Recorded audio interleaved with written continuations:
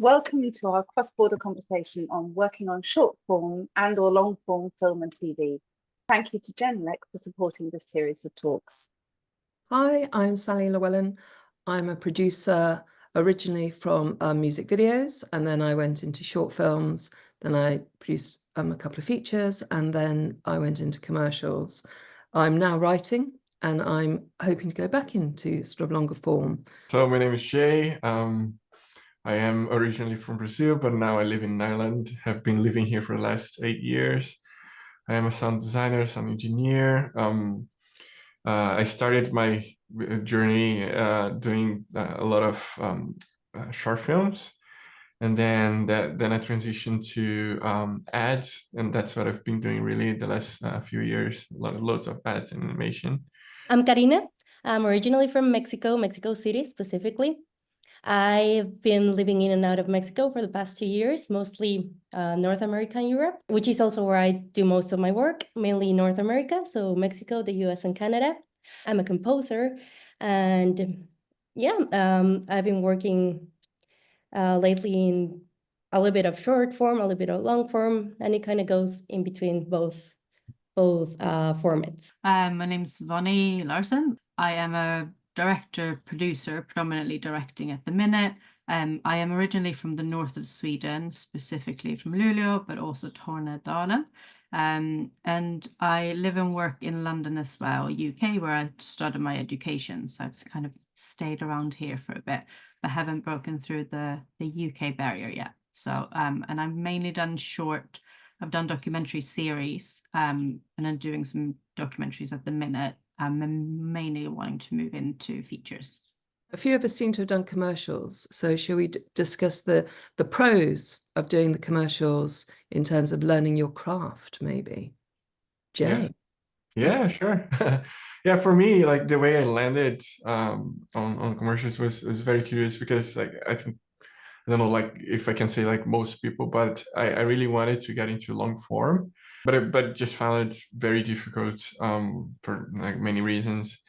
And then I just came across like an old friend that was working as a producer in a commercial, and then he just invited me to it, and I just loved it. I think what I like it the most is just that every day pretty much you're doing something different, and but there's a time limit, so I'm a natural procrastinator, so that helps me a lot. So like you have to get stuff done quickly, and like you said, like it's a perfect opportunity to kind of perfect your craft, because like you need to do it well, you need to do it fast and consistently. I would agree. I mean, I think what's really interesting about filmmaking is we need deadlines, or I think I work better with a deadline, and I think you need sort of budget limitations, and you need a delivery date. And what commercials, and I sort of began in music videos, what they gave me was we had to deliver. So we had the band, we had them on this day, maybe for 2 days or 3 days, and we had to film them and produce them as a product. We had to please our audience. And I think it's really important as filmmakers that you don't work in isolation of your audience. And what commercials and music videos teach you is if the client or the band don't like the music video or the commercial, you know, and you feel terrible and you don't necessarily get employed again. But in a great way, by then you're kind of on to the next job. So you learn and you move on. So I'd say they're invaluable skills as a filmmaker. I mean, Vonnie, what was your experience? So I haven't done commercials per se. My day job is a project management for a creative agency. So that's my main income. So it is, I would say, like the quick turnaround, like even though I don't direct in that, but more of like management, you learn the quick turnaround, like handling so many projects at the same time, being quick on your feet, and also thinking really quickly. Like you don't have 6 months leadway of solving a problem, you've got 2, or you've got 1 week to get a whole shoot together. So I think I get quite a thrill out of it. The producer in me really likes it. And I think, like you said, learning and like perfecting your art. I would have loved to do music videos. I think that sounds like a great like learning curve, because I feel like that sounds stressful but fun, kind of. Karina, what's your experience?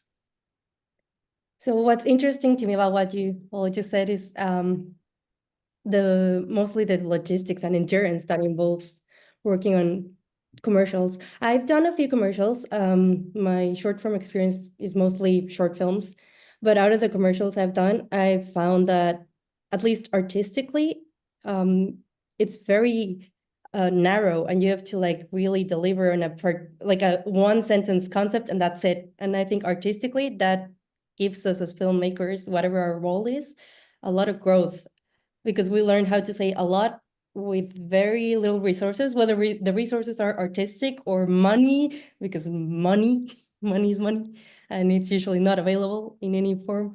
But I think artistically it gives us a lot of just walls to focus and just deliver. But I think as we move on to other formats, we have to like create probably a bigger team, or like work in like enduring like endurance, I think is like a key word for me when you move to longer forms, because you have to like do the same thing probably a lot more times and repeatedly, and it's exponentially maybe harder or more exhausting. And I would love to know what you think about that, about how you transition maybe emotionally and like intellectually into other kinds of projects.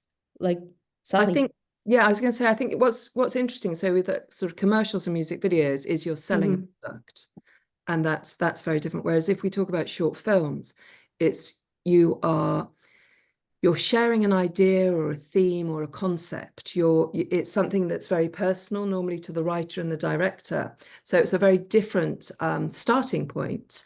And I think that's when creativity is at its best. And I sort of went to the Royal College of Art and did film there, an MA in film. So we had the equipment and we'd crew on each other's films. And that was really great, because then you learnt you'd be the first AD on a film, or you'd be the sound assistant.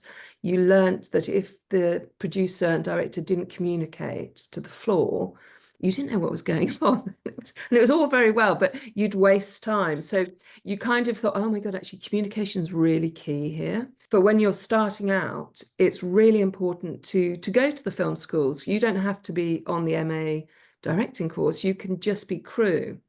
And even if you want to direct yourself, just get involved so that you learn what each role is. You learn what the gaffer is. You learn who the art director, or the difference between the art director and the props buyer, or the on-set props person. And you learn where everyone fits in, because it's a jigsaw. And then when you have those building blocks in place and you come to direct or produce or write your own short film, you're a lot more experienced than you are if you just arrive on set as the director on day one, because the director is always the least experienced person on set, I find, at the beginning. To go back to Karina's point about endurance and like knowing how to manage your energy and all that. And for me, I never done feature films, but I've worked in like longer form content for like audiobooks, things like that. And for me, the most challenging part is that you have to work in parallel with other people. Like you cannot wait to because sometimes for ads, for example, what I get is like the final cut, and that's what is going on TV, and then you just it's already there, right? It's picture lock. Whereas when you're working on longer form content, and that's true also for like animation, you work in parallel, so things are changing all the time. You have to go back and like pretty much redo your work and retime stuff, and that is tricky, but it's also very like you need that like human elements, that communication, keep like talking to other people, tell them what you're doing, hear from them, otherwise everything falls apart, right? When I went to film school, I struggled a lot with the concept of being in school and not being allowed to just do films and things like that. But I think in this modern era, I feel like it's hard for people to finance their own films. It's hard to buy equipment all the time. You can with the camera and things like that, but what you get from a film school is all of that interpersonal skills of like who's doing what, and taking your responsibility, and problem solving, and communicating with the team member, of miscommunication, and all of those things is something that I definitely took with me when I then started actually doing what I called real directing, because I felt like film school directing wasn't real, but in hindsight it was like a miniature version of the real world. And I think like mentally it prepares you so well for that step, regardless of what role you're taking on, even if it's running up in coming as a runner or whatever. You've kind of, you know your place if you know the rules of the score, I think. And yeah, definitely the longevity. I think it's that journey. Like I'm currently doing, I've done some documentaries and I'm doing a 60-minute at the minute where we're in post-production cutting. And it's that journey of being with something for 2 to 3 years and keeping the passion and the stamina and the love of a project and wanting everyone on board to be as in love with this project as you are. So you almost have to, I think, curate that relationship as well with the people that you work with. And it's such a different environment than when you talk about like commercials and short forms even.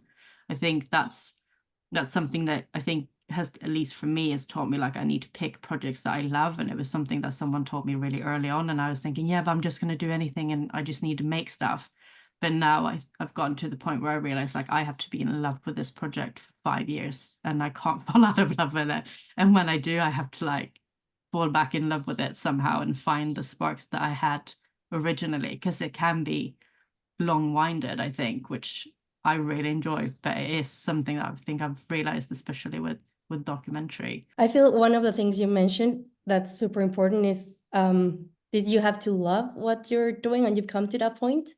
But I think that comes also from building a lot of discipline in the early stages of our careers. Like whatever we're doing, I feel that we have to like build that doesn't matter what I'm doing, I have to do it well and I have to love it and I have to like really do it. And I think one of the things that makes us professional filmmakers, and if anybody here is like aspiring to be a professional filmmaker, I think one of the what makes you professional is that discipline that you can deliver and you can do it whether you want it or not, or whether you love it or not.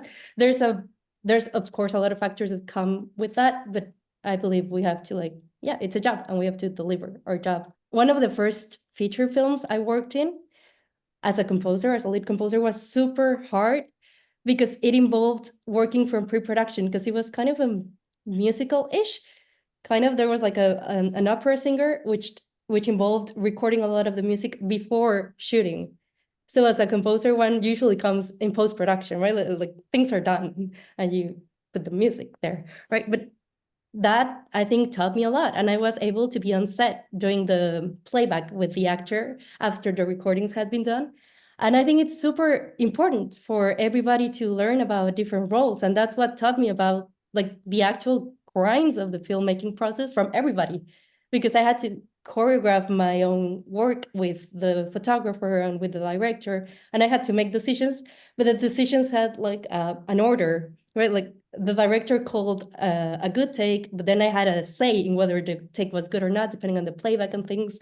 But I had never been on a set where I met so many people that did so many different things. I learned what a gaffer was by going on set, right? So I went to school and learned music, and that's great. But to work in this thing, and I'm saying also this because I saw a few people I know and recognize that are aspiring composers.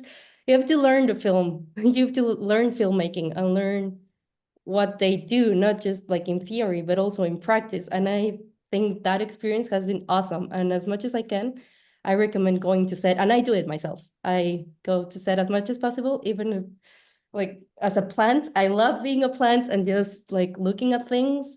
And yeah, I think one of the challenges is just like that, learning about other people's jobs, because there are so many jobs. Yeah, and what you said, it's so true for me as well, that I went to audio school, right? So like it's so different, and it's so easy to silo and isolate yourself from the other like departments and other skills. And yeah, for me, like you, was a real eye opener when I went to my first set as like a sound assistant.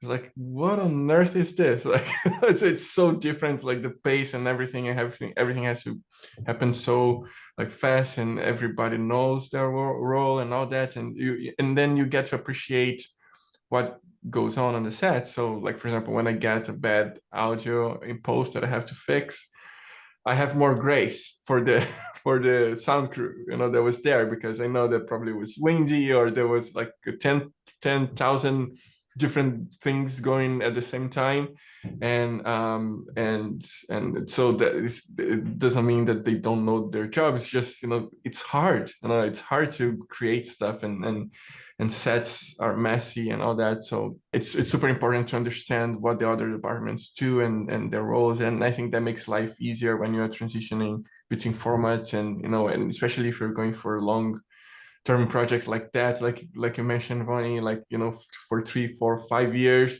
And then I think you have not only to like the project, you have to like the people you're working with as well, and kind of understand what they're coming from and their perspectives, and if you know what they do, and like how a director thinks, how a director of photography thinks, and all that, and then you get to play your part a little bit better, I think.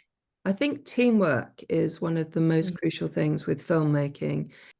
You want a leader, but you also have to respect that within each department, one person is the leader, and you get more out of everybody on a film set or in post-production if you work with them and you give them space to create. And I think it's buying into the project and creating that team where there's a shorthand and, like you say, a love for the project or an enthusiasm. Because the thing about our jobs is the first time we see the location with all the props in and the actors is, oh my God, the day we're shooting in it. Yay! You never have all the elements there until that day. And then on that day, it might change for the director. He might not want to shoot this way, which is what you've prepared, but actually this way. And I think a good producer and a good first AD will help and DOP will help the director to make the most of what they see. And you do buy into the director. So there's no point challenging them, or there's no point being like, but we always said we were shooting this way. You kind of got to go, okay, so now you've seen it and the cast are in and the lights are in. It's not working for you, so let's switch it. And the quicker you can do that and work together as a team, I think the quicker you can get through your day. Because now with health and safety, which is obviously a good thing, you do have a limited amount of time you can have people on set and a limited amount of time on locations. And that's a good discipline to have learned from your professional jobs, I think, as well. And if you take that into your short filmmaking, which is always more of a passion project, you'll get more out of your crew and you'll get more out of your actors and everybody on board. Yeah, I would agree in terms of like the teamwork, and how I would say like how invaluable it is from a director's point of view, like to have a team that is like that you trust, but also like allowing them to use their creative mind and allowing them to use their knowledge is invaluable, because you're only one person. And yes, the director kind of steers the ship, but it's not without everyone else on board. And having that input, I think, is so incredibly important. I think that's also something that I would say you learn a lot in film school. We did this exercise in film school one of my first weeks, and I still remember it. And our teacher would have us sit down and we had to write down everyone's job, like a director and producer and first AD and things and everything. And she said, right, tell me why this person is the most important person for this film. And then we had to argue our points. So you were in teams and you argued who was most important. And obviously the grand scheme of things was everyone's super important, because without audio, there's no audio, and without a DOP, there's no video, and like all of those aspects. But I think like that trivial exercise is really actually what it's about. It's about realizing that I need everyone on this set. I am not bigger than the smaller person on this set. Like, even as like, I think sometimes we take for granted people that are doing the smaller role, like runner or PAs and stuff like that, but they're so invaluable on a shoot. And especially when you're doing indie small stuff and you don't have a big crew, you become like the hat. You have 50 different hats on. I feel like there's not, when it's smaller budgets. I'm wondering, as a director, like what has been one of your biggest challenges moving all these moving pieces that kind of have to work together from one format to another, and how did you solve that challenge? I did short films in school, and then I did a short film that's like a proper short film, and then I kind of stumbled upon documentary because we had an idea and we met interesting people, and it became a series that we pitched to a channel that also did my short. And I think, like, for me, wrapping my head around the difference between a narrative and a documentary was quite quick, because they're so different. For me, they're almost like completely not the same, because in directing point of view, like, you can't fabricate that. You have to like create a relationship with them in a different manner. Whereas a director with acting, you can talk about their roles and their inner beings, and you can kind of create this moment with them. But with documentary, at least the way I've done them, it's been very much fly on the wall. But in terms of, for me, documentary feels more like you're creating it as you're going along sometimes, and that can be incredibly stressful. Whereas a narrative, you go from a script and you know where you're going. It feels like you've got an end goal. And it depends on documentary, but the ones I've been on have very much been like fly on the wall. We're doing this, we're meeting these people. We don't know where we're going, but we're going to end up somewhere. I think what's interesting, I think if you're a filmmaker and you've worked on a music video or a commercial or a short film, you hopefully understand story and you understand scenes. And so basically a short film is maybe, I don't know, 15 scenes, and a feature is maybe 70 scenes or 80 or 90 scenes, depending on the length. You have learned your craft doing a short film. It is just the long term. It's the fitness level. It's your attention to detail. It's your relationship with your editor and your sound, your post-production sound. You've just got more people to manage as the producer. And also you've got to protect the director, because they're going to get tired and they're going to get overwhelmed, because basically everybody is like, you know, the designer, the DOP, the cast, everyone's looking at the director for, you know, are we moving forward? So I think you need to always give your director space and time and manage them. So when we shot a 5-day week, and we always had 2 days off at the weekend, because the director and all the crew as well, but particularly don't needed that downtime, either to do script edits or to look at the edit and think, actually, am I getting this? Am I covering the footage? And the thing about feature films is with anything, you're locked into, you have, you know, the schedule's all done in advance. And so if you're in the studio, you have more flexibility, because you can manipulate that in terms of, you can stay late or you can go back to the same set. But if you're on location, I think it's that thing in terms of working with the first AD and the director and your heads of department, and being realistic about what you can shoot. If you're at Buckingham Palace for the day or something, how, you know, you can't go late, you can't come back there. So making sure that you work as a team and spend the money wisely, because there's no point being somewhere super expensive if it doesn't really work in the film, you know. So I think and I think on your short films, that's your training ground, really, in terms of learning how you like to film. Are you someone who just loves to be on location because they want real walls and they feel that brings something to it? Or are you someone who love the studio? You know, it just gives me space. So who are you? And who is your team? Because every time that is different. I mean, I produced this thing for Shane Meadows, and what was really funny about him, or interesting about him, was he's not a filmmaker in the sense that he doesn't come from art school. He doesn't have this sort of picture, but he's really great with cast, which is why his cast are so good. You know, he's really good with non-actors and with actors. And he'd film it and we'd do one take and then he'd go, yeah, great, got it, moving on. And I go, oh, do you want to maybe just do another one? And he'd go, but why? I've got it. And it was this really interesting thing where for him, if he liked the performance, he'd use that one and we'd move on. So whereas other directors I worked with are much more art school based and cinematography, the whole vista had to be right. So you have to adapt your style for the people you're with. The way I work with directors is basically trying to establish a friendship beforehand, if that makes sense. And I think that's super useful because you have to build skills to read between the lines and kind of figure out what they're trying to tell you from what they're not telling you. Because a lot of times directors don't know what to tell you exactly, right? And so you have to like kind of walk in between and kind of trying to read in between the lines. But I think the point about teamwork is super important because directors usually talk to heads of department, right? And they talk to that, but then it's like a fractal, and then it builds all over the place, and then everybody has a bigger team.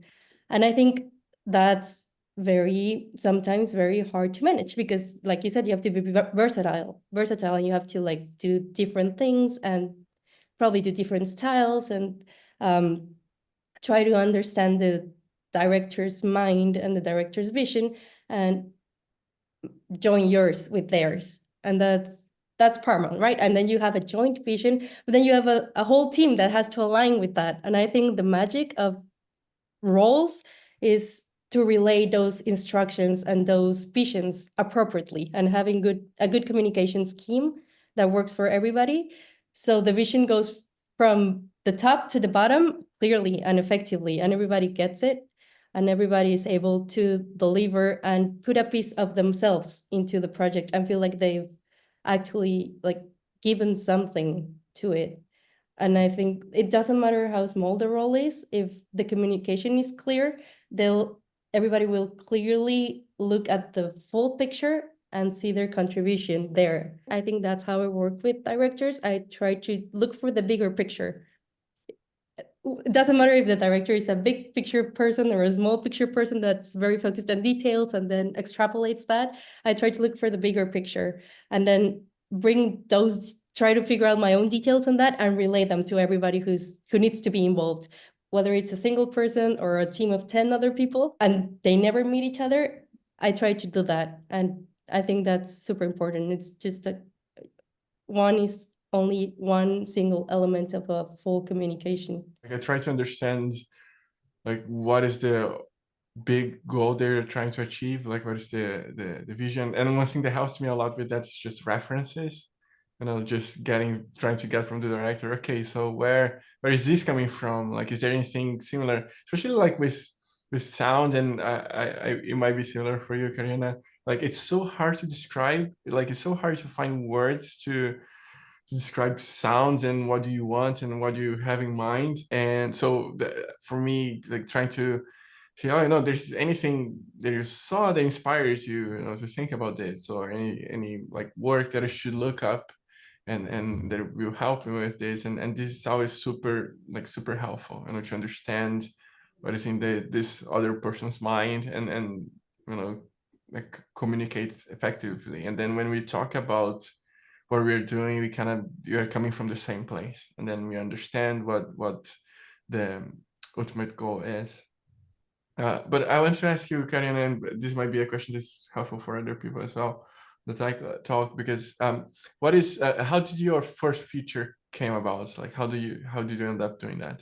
For me, my first feature came from a friend of a friend that I've worked on a short film for, and I just think it's very normal, like in the filmmaking industry. Just a friend recommended me, and that's it. And I got the gig. I don't know. I don't know. There's not much about it. It wasn't magical. It wasn't anything like I looking think for a it's job. personalities, because like we've all said, you're working with these people for quite a long time. So a friend of a friend is always a good recommendation, because they know you and they know that person, or they've had a good working experience with that person. And I think for me, that's even more important than what the project actually is. Because I think we touched at the beginning, like, you have to like the project. And I do believe that is true. More important even is to like the people you're working with. Sometimes it's better to say no, even though if sometimes you might need a gig or whatever, like, or you want the experience. But I talk from my own experience and heart. It's every single time it's better to say no than to get a gig or a project that the people that are in it are not easy to work with, or if you just don't gel. It doesn't mean that they are bad people or anything like that, but if that personal connection is not there, and if you don't enjoy just working together, the style of work, it's not worth it, because it's gonna be like a nightmare. It kind of sucks the joy of a good project, or it could have been a good experience. If the relationship is not there, it doesn't work. It's not worth it. I went to a talk from a first feature team, most of whom came from commercials, one of the team who comes from shorts and indie features says she found they were more creative coming from commercials than coming from shorts, which surprised them, as I would have thought there might be more creativity in shorts due to tiny budgets. What do you find? I think commercials are brilliant training grounds because you have money, and so you have time and you have pressure and you have someone, so you can't always do exactly what you want. So there's a shorthand. And I think because you're filming for whatever it is, a day, a week, you're at the top of your game and you bring your A game to it because you're never that tired. You know what I mean? The crew are never that tired. So I think there's a can-do solving process, and there's a professionalism. So I do love, and I've worked with lots of big DOPs, Peter Shusitsky, Tat Radcliffe, Henry Braham, who do features, big features, but are also great on commercial sets. And they will solve quickly. They'll just go, let's not do that. We're never going to read. It's never going to read. Let's do this. Mm-hmm. So they are great in that way. I think I would agree. I haven't done enough commercials where I have because I PM, it's different for me in terms of like production. But for my first short, like proper shorts, I had a gaffer who mainly had done or was doing commercials at the time. And there was like, he was just so fast. It was the fastest I've ever seen because he was so on it, because he was so used, because it was a short film and it was tight and what have you, and it was tight budgets, but he was so fast at thinking about a solution in an environment that was very like northern Swedish darkness and not easy to come by. And he was just like, yeah, no problem, I'll solve it. And it was in 5 minutes. I definitely think that that's probably true. I think as well in short films, like I think in commercials, it feels like you have to kind of pull yourself together and just make it work kind of thing. Whereas in short film, you do have it's usually someone's vision and it's usually someone's passion projects. And it's usually someone's like, this is my baby and I want to make sure that this is right. Whereas in commercial, it feels like it's a job. We need to get it done. Like you said, it's like all hats on board and we just kind of have to do it. I haven't worked in a lot of commercials, but in my small experience with them, I think the difference is in commercials, you have to make a lot of quick and effective decision making because there's a lot less technical language involved, especially because there's usually a client from some product that has no idea what we do specifically. So they don't have a lot of technical stuff going on in their brains. But in short film, people usually do, and they can take a lot more time and give grace to everybody else with their own processes and their artistic and creative ways. But also I think in short films, you learn to also make like quick decisions and you bring that to the table to long form. And I think that just makes you it just makes you more effective with your time and resources in general. I've heard and I've seen that once you're in one kind of format, you kind of tend to stay there because people kind of gravitate towards the same kind of thing. Like people who work in commercials stay in commercials, kind of. At least that's what I've seen in my own context. I don't know if in your context is kind of the same and the mobility is not that much. I think the key is network. The same way like you mentioned you got your first feature, and I think that's true for everybody that ever got a job in film is that you got that job because a friend brought you in. And I think when you're working on a specific format, you tend to build connections around that format, right? And then the longer you do that, it gets trickier to move between the buckets, let's say. Yeah, and I think the constraints are different like between commercials and short films. And of course, this is not true every time, but usually in commercials, you have money, but you don't have time. And for short films, you have time, but you don't usually have money. And that tends to create different solutions, right? Like in commercials, if you have a problem, you just throw money at it and usually goes away, and then it just come up with this piece. Whereas in short films, you tend to take your time, and because every secondary on the set counts in a different way, because like it costs you money, so you need to make sure that they have the right people in place and everything's it's correct and all that. But it gives you a little bit more freedom to think things through and solve problems in a different way. And so that gives you different skills, and it's great if you can do both. If you can do on short money or short time, and then when you move to like a long form type of content, then you bring those skills with you, right? And then you can problem solve and then come up with different ideas. I think it's really interesting because I think it's something that you said, Karina, about like do we stay in TV or like the format, and that's one thing that I remember in film school they told us. They're like, if you start in telly, then you will never leave telly and you will stay in telly for life. And it was very much like, make your choices today. And if you like, and I feel like maybe that's a scare tactic, because I think you can move, but it's definitely about the connection, and it's definitely about like, it's almost like making those choices. I find that a lot of the choices I haven't made myself. Like I met my producer in a course and we pitched a short that I pitched to her, and then this channel liked us and we pitched other things and they liked that. And so it's kind of snowballed. So I feel like the choices weren't always mine. So I think it's definitely on connections, and it's like building the connections. And I think sometimes it's hard because the industry is built on connections, but I always think about people. So I work with people that are neurodivergent, and it's hard for people to create connections all the time. And I find places like this is really helpful, because sometimes in a camera environment, it can be a little bit less scary than going to social events. Not everyone's super comfortable. So I think working with people and getting that mouth to mouth, like you said, like, I know Sally's super reliable. Yes, give her the job. I think that's more valuable. So I think it says a lot about, you said, Karina, before, about like doing a good job and like really making sure that you do the best job you could possibly do for whatever budget you were told that was for. You're like putting all of your into it, because someone's going to remember that, and it might not be tomorrow, but it will be from a year from now or 2 years from now, or when they do that feature or anything. I think it's so, you're only as good as your last project, and you're only as good as your last kind of attempt. For those who work in short form, often independent commercials, music videos, etc., how do you find work? Is it always who you know, or do you pitch yourself as a director, producer, or creative? What are your methods for finding work and putting yourself forward? I would say, even if you go in as a runner, tell people you direct at the weekend. Do direct at the weekend. You know, we all have phones. You can do little things, little TikToks or whatever, and just build your reel independently. And then as you make contacts in documentaries, commercials, or music videos, then, you know, people will start to take you seriously. It is a meritocracy, I think, in some ways, which is great. And then you need to have relationships with people like Jay and Karina.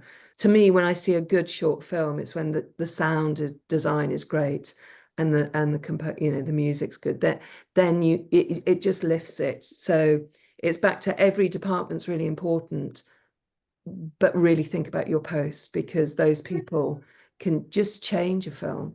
Yeah, 100%. I'm working with the editor today that's like literally saving my documentary, because she's putting in the hours for a low documentary that she just loves. Like, it's invaluable to be like that. I think it's hard. It's so like I said, PM is my day job. Like, I feel like it's hard to be full-time, especially directing, like indie producing as well. I find like hard to get into it. I started really late in life, so I'm a bit like senior in terms of like my age, but I had loads of other experiences in jobs that I can take with me. But I do think it is about just doing the best job you can, and like you said, pitching yourself. Find the connections, find people that love film just as much as you do, and the films that you love. You will find the people that want to help you, because passion is really, you can feel it. And I think I think what's really lovely about creatives, whether or not you're in sound or producing or DOP or, you know, any role, we're all passionate about what we do. We tend to love what we do, and you find that so easily. And I feel like it's unlike on no other world I used to work with, because I used to work in like boring corporate stuff before, and you can just chat to someone who's creative and they'll get your vision, and all of a sudden you have someone who says, well, I do sound, or oh, I do a camera work, or I wouldn't mind doing like this or that, because it's continuous. I think it's like, yeah, I think a passionate person goes a long way as well. I think the key is telling as many people as you can what you do or what you want to do. And because if people don't know, you're never going to get the job, right? So one thing that I've done myself, like in the past, is just go on LinkedIn. I went and looked for every sound designer that I could possibly find that did commercials and things like that, and I just DM'd them, every single one of them, and said, oh, like I'm studying and I want to do this, and like, do you have any tips and then any advice? And I would say 8 out of 10 guys got back to me. And one thing that I found, that people they're really successful in this industry, they're all good people. They're all like generous. They all want to help because they've been in your shoes, and they want to see other people to succeed. So that's what I would do, and just go and find people that are already doing, try to present yourself as someone that's want to learn, and you never know what can happen. And then out of one of these connections, that I got my first shot. And then when you get the first shot, make sure you're ready, knock it out of the park, and then more things will come. I really like what you said, and I think when you work in film, everybody is something. Everybody has at least 2 jobs or whatever. So what you said, Jay, I think is very important. You have to tell people what you do or what you want to do. Like Vani said, like even if you start as a runner, sure, but every runner, or not, potentially a lot of runners want to be directors or DOPs or script supervisors or who knows, right? And you never know.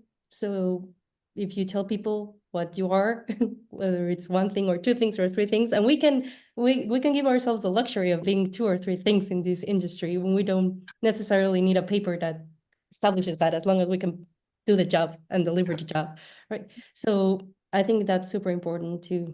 I think it's important to find your way of networking too, because like Vani said and Sally said, like it's not the same for everybody. And you have to like find your vibe. Some people are comfortable like in networking events or festivals or going to school or social media, and some people say you don't need school, but maybe you do, and you feel comfortable around people. Or maybe you like cocktail parties and that's where you thrive. So sure, some people don't thrive in cocktail parties. So I don't think there's a formula. You have to just put yourself where you're comfortable, because there are a lot of personalities and kinds of people in the filmmaking world. You can sell yourself with your personality and kind of match with friends, sort of like dating, I suppose. Like you either match or don't match, and then you work together, or you don't, or you sell your work and you have your portfolio ready and your website ready and your reel ready. And maybe they'll just hire you because they love your work and they don't necessarily have to match with you on a personal level, but they really like what you do. And that's enough. And having like a little shot of yourself, what you sell, and putting it out there in whatever way you're comfortable, I think is super important for how do you find work and put yourself forward? Something I was going to say is just like, don't be scared of taking the job you didn't want to take. Like if you've got a passion for being a director and that is your life, that's what you want to do.